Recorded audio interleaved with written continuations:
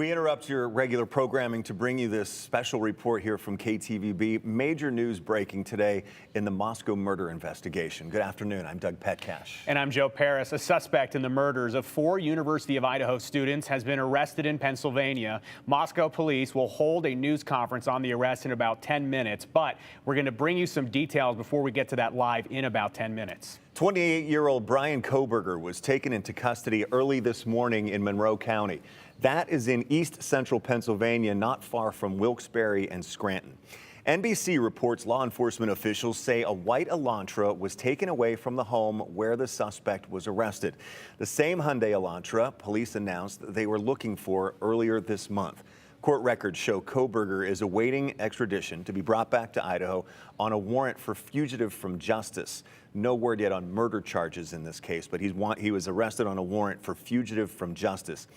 A PhD student by the same name is listed in the Department of Criminal Justice and Criminology at Washington State University, which is a very short drive across the state line from the University of Idaho. As Joe mentioned, Moscow police will hold a news conference on the arrest in just about 8 minutes or so from now, and they've been pretty prompt with these. They start pretty much when they say they are going to. Also, a celebration of life is planned today in Coeur d'Alene for Kaylee Gonsalves and Madison Mogan. They, along with Xana Kernodle and Ethan Chapin, were stabbed to death at an off-campus home on November 13th.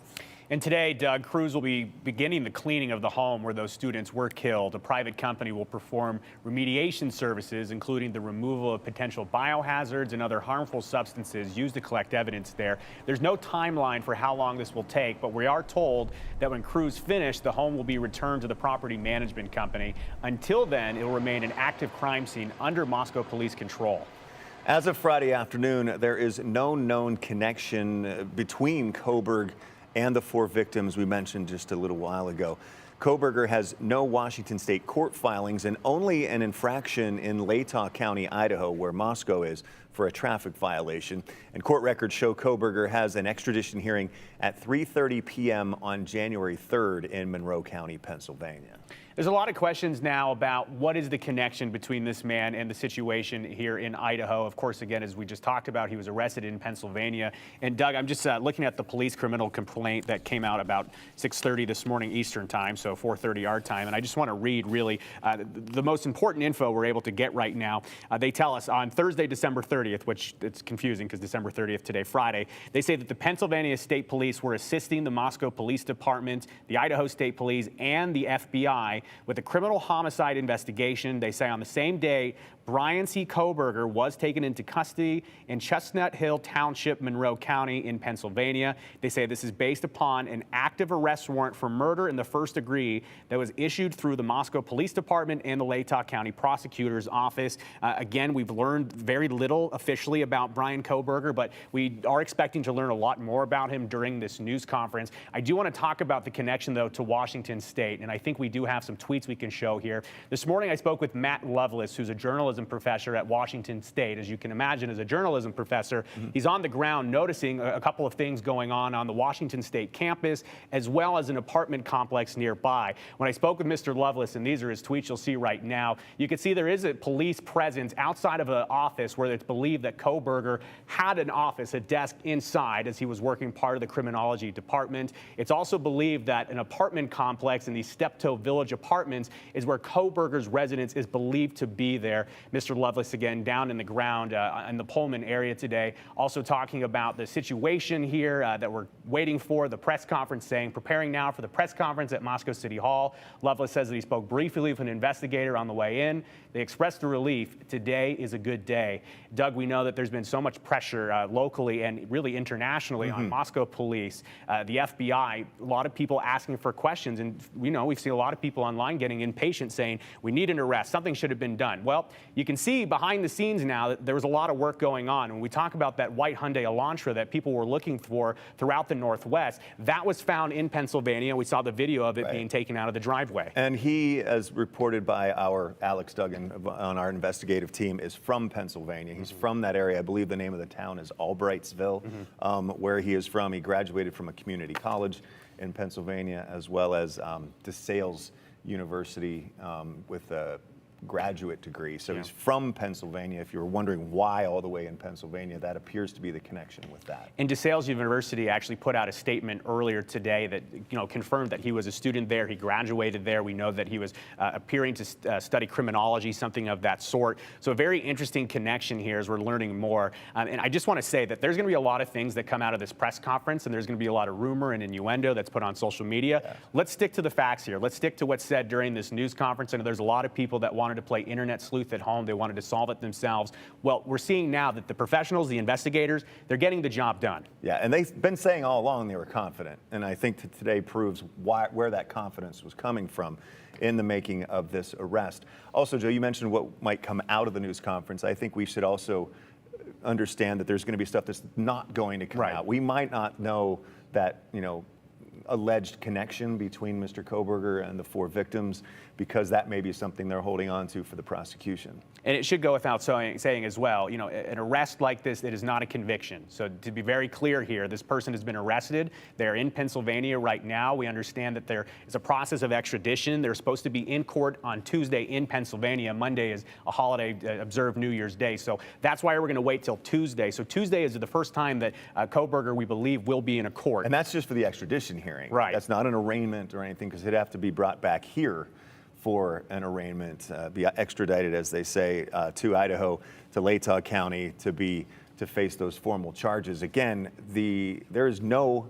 murder charge, correct, or murder charges against him at this point. He was picked up on a warrant as a fugitive from justice in connection with the case, of course, but that's what he's being held on right now. And we know that this morning, 12:30, here being on Friday, there was the extradition case filed, as well as a bail hearing that was scheduled. Again, that'll be coming up on Tuesday. In terms of him coming back to Idaho and what that situation will look like, we're not exactly sure. It's possible we learn more during this news conference. And as we were just walking into the studio, they were setting up, and I was actually listening to a reporter that's on the ground there talking about who's expected to be in this press conference. Of course, we're going to hear from the Moscow Police Department. We are also expecting to hear from the Latah County prosecutor, so they may have some more insight in terms of the legal steps here. But to be very clear, this is where the investigation gets very intricate and the process gets very slow. You have to go through these processes, whether you like it or not, and there are legal processes and civil liberties that a defendant or somebody accused of something has. You can't just rush through and finish it.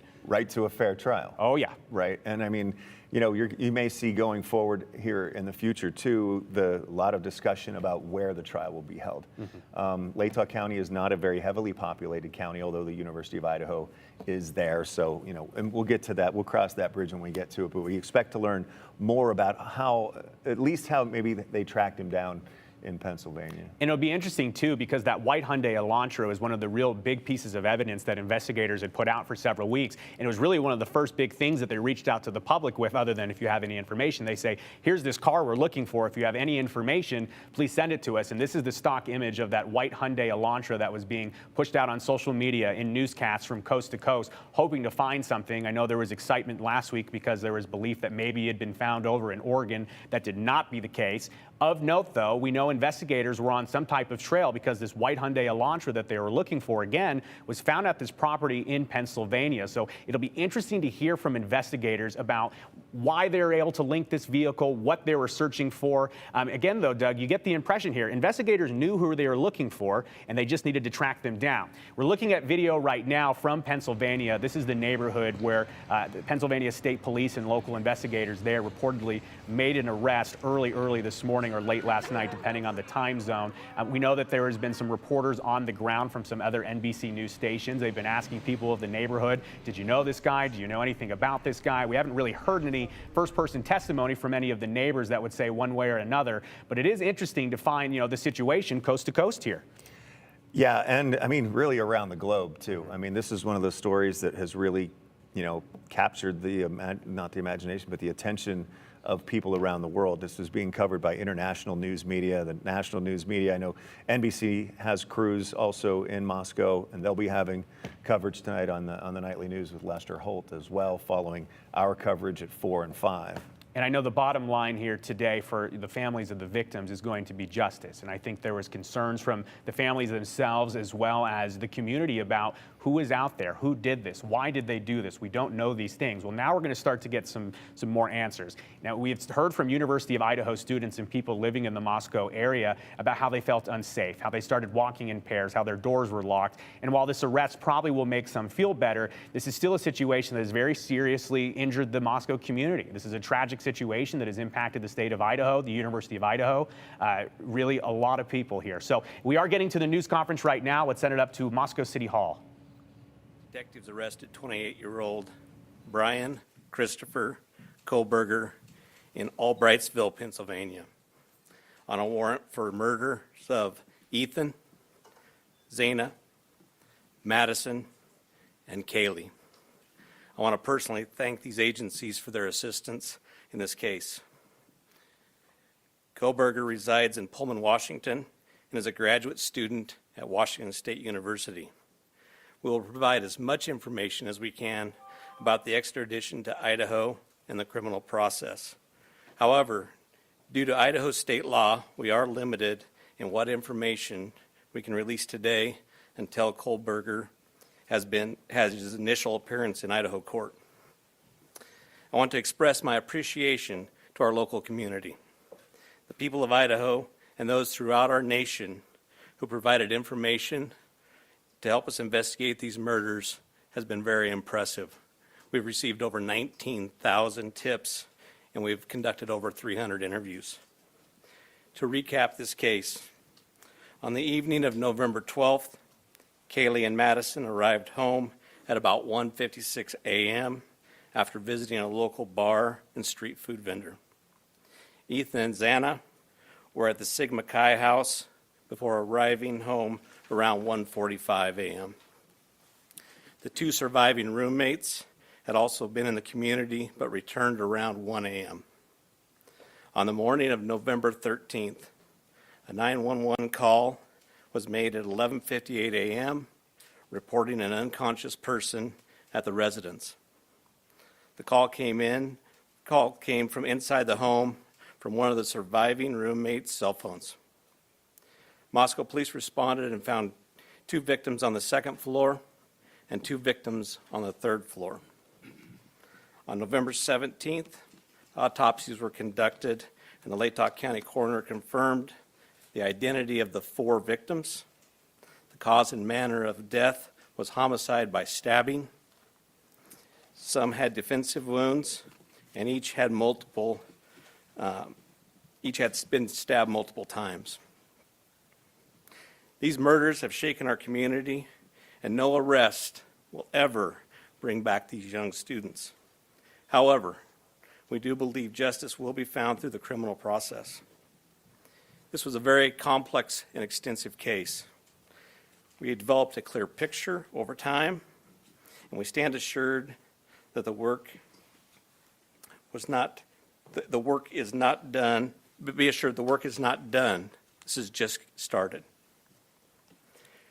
Since November, we have remained laser focused on pursuing every lead in our pursuit of justice for the victims and their families. I recognize the frustration with the lack of information that's been released. However, providing any details in this criminal investigation might have tainted the upcoming criminal prosecution or alerted the suspect of our progress. We will continue to provide as much information as we can as the process moves forward.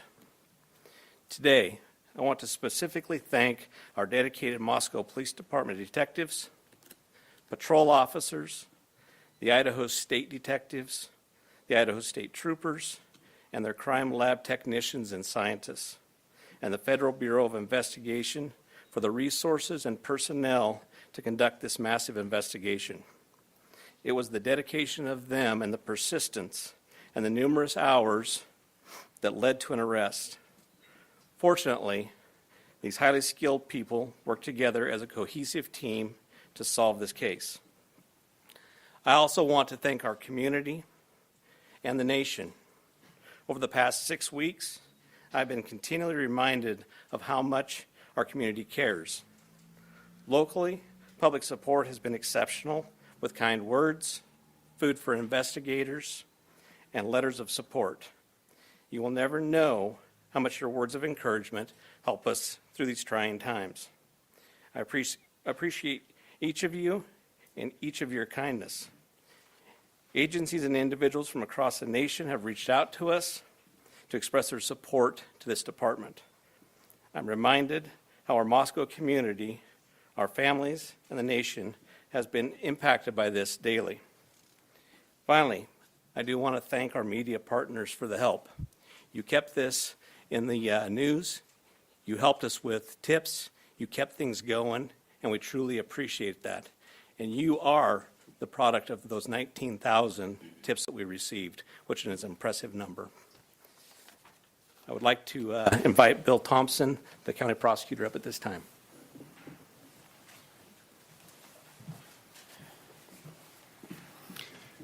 Good afternoon, folks. My name is Bill Thompson. I'm the Latah County prosecutor. And it's sad to be here, but happy to be here at the same time.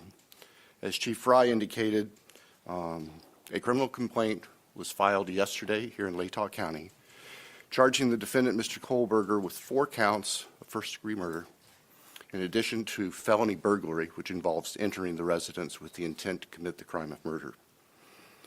Mr. Kohlberger, and let me preface, there is a pending case now in court, and I and my office and the investigators have to live with the restrictions that our Supreme Court places on pretrial publicity.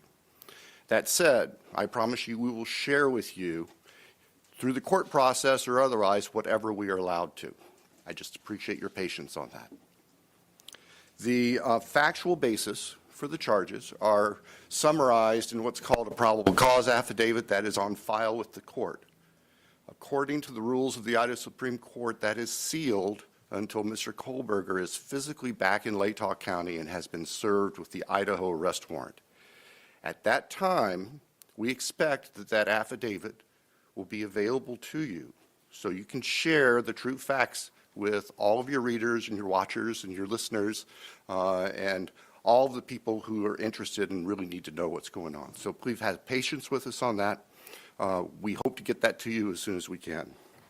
As far as Mr. Kohlberger, I can share with you that he is a graduate student at Washington State University and has an apartment residence over at Pullman. He has had an initial appearance in front of a judge in Pennsylvania. He is being held without bond, and the warrant from our magistrate judge here also provides for no bond. We understand that he's scheduled to be back in court in Pennsylvania next Tuesday afternoon, and that a public defender has been appointed for him there. The process at this point is, since he was arrested in another state, he has the opportunity to either waive extradition and return voluntarily to the state of Idaho, or if he prefers not to waive extradition, then we will initiate extradition proceedings through our governor's office. If we do that, it can take a while for him to get here. So again, I'm asking for your patience and understand that's just the way the system works. Once he gets here, he'll have an initial appearance with our magistrate. They'll deal with issues such as making sure competent counsel is representing him, and the case will be scheduled for further hearings. Your primary source of factual information is going to be the court record, because that's what the Supreme Court says we need to refer you to. So please pay attention to what's going on in court and have people there to watch and hear what's being said. As an attorney, myself and my office, we are limited on what we are allowed by the courts to say outside of the courtroom. So please just work with us. Finally, as the chief indicated, this is not the end of this investigation. In fact, this is a new beginning. You all now know the name of the person who has been charged with these offenses. Please get that information out there. Please ask the public, anyone who knows about this individual, to come forward, call the tip line, report anything you know about him to help the investigators and eventually our office and the court system understand fully everything there is to know about not only the individual, but what happened and why. Next, I'll introduce Colonel Ked Wells from the Idaho State Police. Thank you. Well, good afternoon. My name is Kedrick Wills. I serve as the director of the Idaho State Police and certainly want to express our appreciation for your attendance here today. These tragic murders took 4 young, vibrant lives from our community. Nothing we do can bring them back. The only thing that we can do in law enforcement to honor their memories that we know of is to bring this to a successful conclusion. This has been a very difficult time for the families, the university, the community, and the state of Idaho. However, it is also proven that communities come together in tough times. Certainly appreciate the support of the local community and our national audience that has been following us as our investigators have worked through this case. I'm thankful also to you, the media partners, who have helped keep this case in the forefront that generates the tips and we hope will continue to generate information that will help us to a conclusion of this proceeding. I'd like to express our appreciation on behalf of the Idaho State Police to Chief Fry, his leadership, and the entire Moscow Police Department for the way that they handled this from the very beginning. He directed the right people to the right positions that led us to this conclusion today. I've had the utmost confidence in this investigation and in Chief Fry as well as in Mr. Bill Thompson and the Latah County Prosecutor's Office, who've been a great partner throughout this. Nothing has deterred the commitment of the investigators who've worked on this case, regardless of the organization they represent. It's been very trying and very difficult, as you know, that it has been on those investigators as they do the tedious work that they're so good at doing. The partnerships is what's led here as well. The partnerships between Moscow Police Department, I'd like to express our appreciation with the Federal Bureau of Investigation, specifically the Special Agent in charge out of the Salt Lake City Division, Dennis Rice, and also the work that happened in the last 24 hours in Pennsylvania with the arrest with the Pennsylvania State Police and Colonel Evanchik with the Pennsylvania State Police. We appreciate what they've done across the nation to help us as well. As Bill shared, this investigation is far from over. In fact, I appreciate what he shared, that this is not an ending, but rather a new beginning. The difference now is, as he shared, that we are dictated what information we can share by the court process and by laws in our state of Idaho. And so we will share, as he shared, Mr. Thompson is absolutely committed to share everything he can share through the court process. We've got to make sure that we don't get in front of that process. And we really deeply appreciate everybody's support here. The relationships that were forged here and the partnerships that were forged have led to this. And based on that is why we're here today. And we continue to believe that the best way we can honor these 4 lives that have been taken is to make sure that we have a successful outcome here. One of the partnerships that's been forged throughout this is a partnership with the University of Idaho. And on that, I'd like to introduce the president of the University of Idaho, Mr. Scott Green.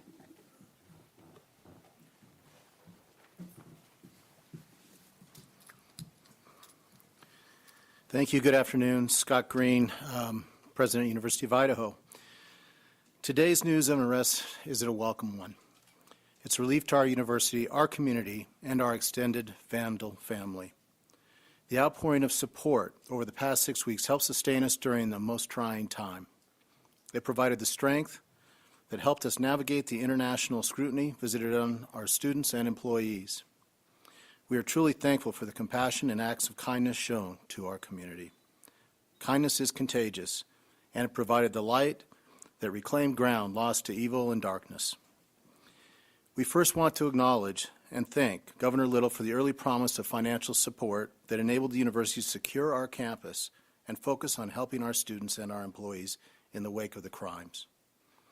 We also appreciate the Idaho State Police and the highly visible security presence that brought comfort and calm to a community shocked and confused by the senseless crimes.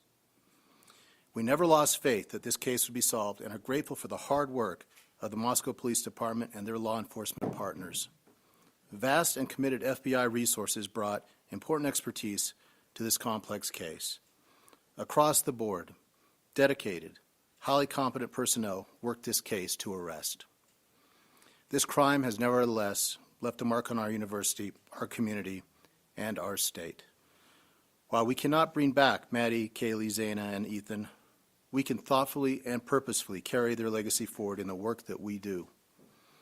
Our students come first, and that was proven each and every day of this investigation. We are committed to safely delivering the college town atmosphere, campus experience, and high-touch quality education for which the University of Idaho is known. With time, we will heal. We will move forward together, and we will remain Vandal strong. With that, I'd like to turn it back over to Chief Fry.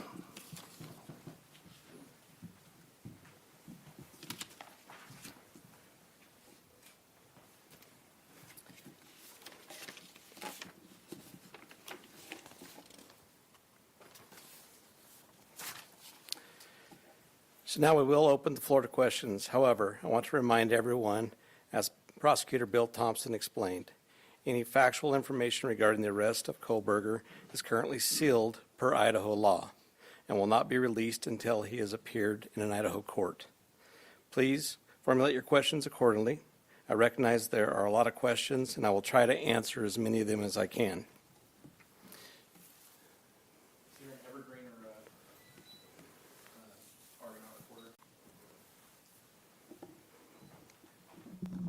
Lauren Patterson, Northwest Public Broadcasting, Spokane Public Radio. I realize the records are sealed. I guess I'm not too familiar with how it works, but can you tell us what tip, what lead, what piece of evidence really led you all the way from Idaho to the suspect in Pennsylvania?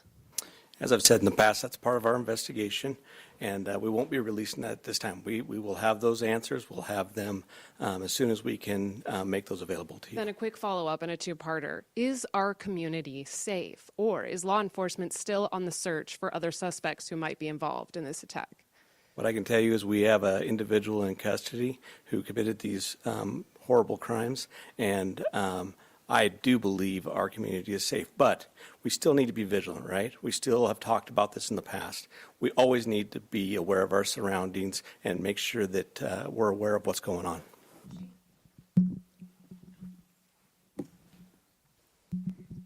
Hi, Chief. How soon into the investigation did police and law enforcement begin to spot Mr. Kohlberger as a potential suspect? And a follow-up, how many tips, if you can say, were specifically related to Mr. Kohlberger? To the tip part, honestly, I can't answer that question, so I'm not even going to speculate on that. On the other part, that's part of our investigation, and it will come out. I'd like the mic to please come right over here. Thank you. Dana Griffin with NBC News. Can you confirm that Kohlberger asked whether or not anyone else had been arrested when he was in custody? I cannot confirm that, or I'm not sure of that information, but that would still be a part of our investigation. Did CODIS initially return any hits on this guy? That's still part of our investigation. That will come out. If we could get somebody over here, please. And then one final question. Is there any message to the online sleuths who slandered and harassed people who they believed were responsible?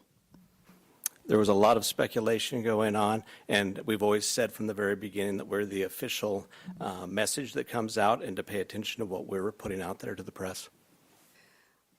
I'm Nancy Liu with News Nation, and we were over at the house this morning, and you told us that the remediation would begin today. It was suddenly stopped. Can you tell us why? Yes. The house cleanup has been halted, and that came by a legal request from the court. Christina Corbin, Fox News. Chief, have you identified a motive in this? That is part of the investigation, and that will come out as we continue the investigation. But what we still ask is for people to continually send us things in the tip line. We are still looking for more information. We're still trying to build that picture, just like we have stated all along. We're putting all the pieces together, and that will help.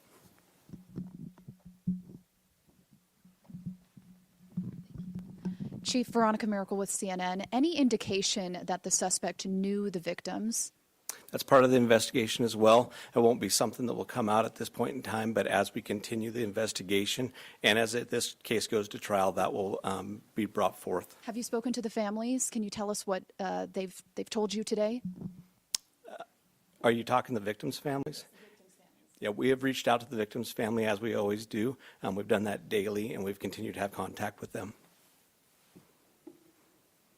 Hey, Nate Sanford, you mentioned earlier that you're still seeking tips about Brian and that people should still share whatever information they have. Can you speak at all about what specifically people should be reaching out for, like if they know something? I would say anything and everything. As we've said all along, we know what tips we're looking for. We will take those tips and we will have professionals look at those and decide which pieces of those we need to use for our case. So we ask that everybody would do that. Angela Palermo, Idaho Statesman. Your department and other investigators on the case took a lot of flack for keeping information close to your chest. Are you glad that you did that, and were you worried about tipping the suspect off? I will 100% stand behind the way that we handled this investigation. And this all started from day one with our patrol officers arriving on scene, locking down the scene, us calling in the Idaho State Police, us calling in the FBI, and keeping information that was pertinent to this case very, very tight. We want to have a situation where when this goes to trial, there is no doubt that we've done everything right and we've slowed down and we've continued to slow down and we'll continue to do that.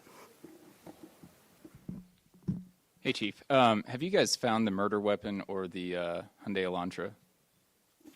So we are still looking for all pieces of evidence, but we are still looking for the weapon. And I will say that we have found an Elantra. Stephanie Becker with CNN. Can you tell what it was like when you got the phone call when the police told you that they had your suspect? I can tell you, for a lot of law enforcement, it was a fairly sleepless couple of days with as we were leading up to everything that we were doing. But what I can tell you is I have faith in those agencies across the nation. I have faith in our officers. I have faith in the FBI, and they did a great job. But sure, there was some times, even throughout the day, that we were always concerned. Hi, Chief. Danya back at CBS News. Can you talk a little bit more about the suspect's connection to Pennsylvania? All I know is that he lives in Pennsylvania. Chief Guy Tannenbaum from Nonstop Local KHQ in Spokane. More about the Elantra. We saw reports that you mentioned that you recovered an Elantra, but can you specify where that was found? And we know that that was one of the biggest pieces of information you were asking from the public to tip. Were you able to provide an information on whether those tips led to this seizure of an Elantra? That's still part of the investigation that will come out in the future.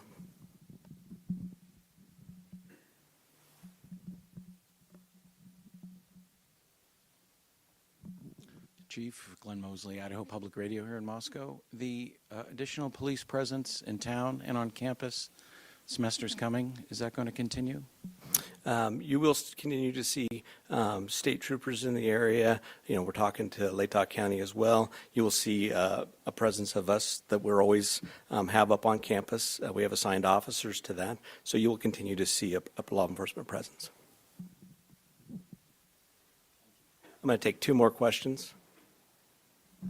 Hi, Chief. Julie Scott, ABC News. Can you tell us if you eventually had a license plate number to the Elantra and how you tracked it to Pullman?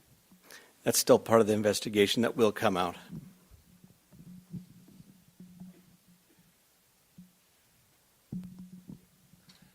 Chief, hi, Matt Lovelace with the Murrow College of Communication. I want to ask about Mr. Koberger as a graduate student at WSU. Are you aware of if he returned to campus after November 13th? And have you had any communication with departments on the WSU campus about his attendance? So some of that is going to be followed up as we continue our investigation. We'll be asking some of those questions, but that'll come out in the near future. So what I do want to do is I want to thank you all. You really have been the national voice for us. You've given us the opportunity to get many, many tips, and I do appreciate everything you've done, and we'll continue to look forward to working with you in the future on this. So I'd like to thank you for that and thank you for your time.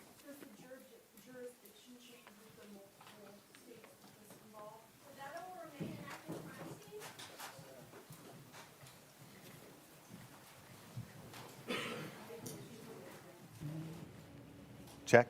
And that was Chief James Fry there with Moscow Police Department wrapping up the news conference. It lasted almost 25 minutes. The main information that could be released today, of course, being that Brian Kohberger was arrested in Pennsylvania, and the chief clarified earlier when Joe and I were previewing the news conference, we said that it was on a fugitive from justice warrant, but that was, the chief confirmed, directly tied to an arrest warrant for the murders of the 4 victims and the University of Idaho quadruple murder. But as the chief said, and you heard him answer many times, can't answer that right now because it's part of the investigation, and that is because of state law limits what can be released while he is still in Pennsylvania. So he'll have that extradition hearing apparently on January 3rd unless he waives it. But then they can't release more information about the probable cause affidavit until he is physically back in Idaho, feet on the ground, where he can then start his legal process and get the information to begin his defense. And you get the feeling that investigators, as we watch Chief Fry, they have a lot of information, they have a lot of answers to the questions that the media and the general public have been asking, and as Doug alluded to, they just can't talk about them right now. So we are going to learn a lot more as these court documents come out, and that could be over the next several weeks. And as Doug and I were talking a moment ago, this is going to take some time. And for anyone thinking he's going to be, in front of a jury in the next 2 weeks, this is going to take a long time. There's a lot of processes to go through. There's a lot of things that they're still looking into, which I did think was interesting. Chief Fry, as well as the prosecutor in Latah County, Bill Thompson, they're asking people if you have any information about this man, anything at all. They're still looking for info. Just because they have an arrest doesn't mean they have all the pieces they want. So they are still asking for anybody out there, if you have information about Brian Kohberger and his whereabouts here in Idaho, his actions here across Idaho, maybe anything you know about him, they're still asking for that info. And it sounds like they want everything and anything to possibly build like a character profile of him too. What kind of interactions has he had with people, whether on campus or in town or what have you. Joe, this is an arrest comes 6 weeks and 5 days after the murders that happened in the early morning hours of November 13th on King Road, and that house just off campus. And police have said all along that they were confident in where this was going. And all along the way also debunking other theories that were popping up on social media and rumors and misinformation. They even held news conferences about misinformation. And they had to also, keep releasing to the public that they looked into that, and they cleared this person, they cleared that person, and now it comes to this with the arrest of one person. One of the interesting questions was from one of the women at the news conference was, is the community safe? Are they looking for anyone else? And the chief pretty much flat out said, we have the guy that they believe did this. They have the guy they want. It's interesting, too, in terms of things that they were able to talk about. They did confirm that this man, Brian Kohberger, is a graduate teaching assistant at Washington State in Pullman. Pullman's about 15 minutes from the University of Idaho, so not to be confused. Across the state line. Right across the state line. And he was studying in the criminology department, which is just an interesting fact. Don't read too much into anything here as we're learning some more info. But as we learn more about this man, it'll be interesting to find out how they tracked him down. They weren't able to touch on this, but we did have video from our NBC stations up in New York, in the East Coast, I should say, of this white Elantra that they were looking for. It appeared that it had been towed away from a home in Pennsylvania. So it'll be interesting to hear about the situation of did he leave the area immediately? Did he drive cross country? Did he travel? Did he go anywhere else? It was asked by Matt Lovelace with Washington State. He asked, do you believe he returned to campus the next day after this happened? And for obvious reasons, the chief of police, Fry, up there, he's not able to talk about it. But you get the feeling that, and also digging deeper. And digging deeper, yeah. They have the information that I think a lot of people want to hear from. But I just want to go back. The bottom line here is that there was an arrest, and all of the internet sleuths that talked for weeks and months that Moscow blew the case and they would never have an arrest, they were wrong. You got to let the investigators do their work. You have to let the investigators go through their processes. It cannot play out on social media. It plays out by hard facts and old school investigation techniques. And we watch Moscow Police, Latah County Prosecutor's Office, partners in law enforcement at the FBI. We understand state police, in their partnership with the law enforcement in Pennsylvania. This was a very intricate situation. And Chief Fry was asked by a reporter during the news conference, what do you think about the way you handle this, in the sense that they kept things very close to the chest? They didn't release any information that they felt like they shouldn't have to. And the chief said he wouldn't change anything.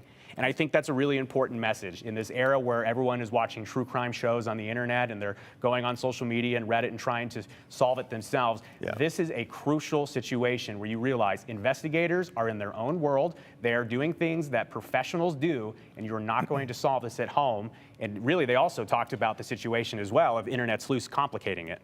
Yeah, and you're seeing a lawsuit right now from a University of Idaho professor who was basically accused directly by a Twitter sleuth, so to speak, and a social media sleuth who just said this professor did it. Now there's a big lawsuit on that. Yeah. That map you were seeing there, the orange line was the U.S.-Canada border, just to give you an idea of where he was arrested in Pennsylvania. It's like northeast central Pennsylvania in the Wilkes-Barre-Scranton area. Getting back to when the information could come out too, Joe, is normally you have the arraignment, when the charges are formally read to him in court, and then it's kind of laid out what led police and investigators to arrest this person. From what Bill Thompson, the Latah County prosecutor, said, that probable cause affidavit will likely come out before that. I guess right after that, when he comes back to Idaho to face the charges, is when that probable cause affidavit could be released. So you have that January 3rd hearing for the I just lost the word, the extradition hearing. And then if he waives it, he could be brought back very quickly. If he doesn't, it could take a little while for him to get back here. And so we didn't learn a lot about the suspect today for obvious reasons. I do want to share, though, WNBC, our sister NBC affiliate on the other side of the country in New York, they did share an interview, and they say that they spoke with a resident in the area that says they knew the suspect about 10 to 12 years ago, says that they were running buddies. They'd go running in the afternoons. This person that WNBC interviewed described the suspect as reserved and enjoyed gaming. Again, he said he knew him over a decade ago, but he did tell the reporter that he was at a complete loss of words and that this was very surprising. So, that's really the color that we're getting today. We'll find out maybe if there's some more interviews with people from the neighborhood. Maybe people will pop up, say, I knew him, I went to class with him. Of his of course, classmates from from Washington State University. And Bill Thompson also saying, this is not the end.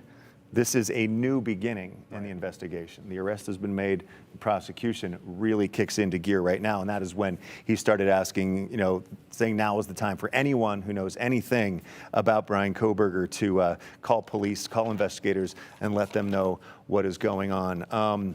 And another one of the strong quotes I think that came out was from the University of Idaho President Scott Green, who has been out front on all of this with the different news conferences, also the vigil that was attended by hundreds at the Kibbe Dome a few weeks ago after Thanksgiving for the 4 victims. And Scott Green, he thanked everyone for their support, including law enforcement, but also the community, the students, staff, members of the Moscow population. But he said that moving through this will be difficult, but we will move forward. And he ended by saying, we will remain Vandal strong. I also want to add, they thanked the public for their help because they had 19,000 tips. They had over 300 interviews. There was a lot of information from the public that you would imagine helped investigators. So again, if you have any information about Mr. Bryan Christopher Kohberger, you're asked to submit that to the Moscow Police Department. They are still looking for information. You can see the tip line down there. Doug, before we wrap up, though, I do want to just go back one more time to anyone that might have been joining us late. I just want to go back to this police criminal complaint. This is, again, an affidavit of probable cause out of the state of Pennsylvania. The state police saying that Bryan Kohberger, taken into custody in Chestnut Hill Township, Monroe County, Pennsylvania, based upon an active arrest warrant for murder in the first degree issued through the Moscow Police Department in Latah County Prosecutor's Office. That is really, the thing you need to know today. And, the question that was kind of brought up during the news conference is the families of the victims. What does this mean to them? Can the healing start beginning? We will never be able to answer that. And this is going to be something that only the families will be able to tell you about. But we can say that we hope that we'll see justice. And it sounds like the police chief is very confident that they have their man. But a lot of questions have been asked for weeks, and this kind of answers a lot of them. Yes, they found their man. And the families have been pretty vocal, and got to admire their strength to be able to come out in public and talk the way they have to the media, to the vigils, to so many things. And so we might hear from them at some point today for their reaction to an arrest being made. One final piece of news that did come out today was that today was the day that a special cleaning service was supposed to go into that King Road residence where the 4 murders happened and begin the crime scene cleanup. The chief was asked the question and did confirm that the house cleanup was halted by a court order. So maybe they just want to get their ducks in a row, make sure there's nothing else that they need to investigate or to take from the home in terms of evidence. But he could not talk about the connection between Mr. Kohberger and the 4 victims, or what tip or what information led them all the way from Moscow to Monroe County, Pennsylvania. And I know the big question at home is what happens next. Again, if you didn't catch it, there will be a court appearance in Pennsylvania coming up on Tuesday. At that point, we'll find out about extradition processes. If Mr. Kohberger waives extradition, he could essentially come back to the state of Idaho on that same day. If for some reason Mr. Kohberger decides that he doesn't want to waive extradition, that he wants to go into court, it would then involve something with the governor's office here in Idaho, really working with Pennsylvania to get him back here. But we'll have more coming up first on the news at 4 as we continue to follow this developing story. Yeah, we have a crew also on the way to Moscow. Our Brian Holmes and photographer Paul Belke are headed up there, bring you live coverage from them in our later newscasts. And also, for the latest information, you can always follow us on our website, ktbb.com. If we learn anything between now and 4 or 5 and 6, it'll be posted on our website, ktbb.com. We'll also continue following it on social media and the KTVB app. For now, that concludes our coverage and the latest on the arrest of a suspect in the quadruple murders of 4 University of Idaho students 6.5 weeks ago. We'll see you today on the news at 4.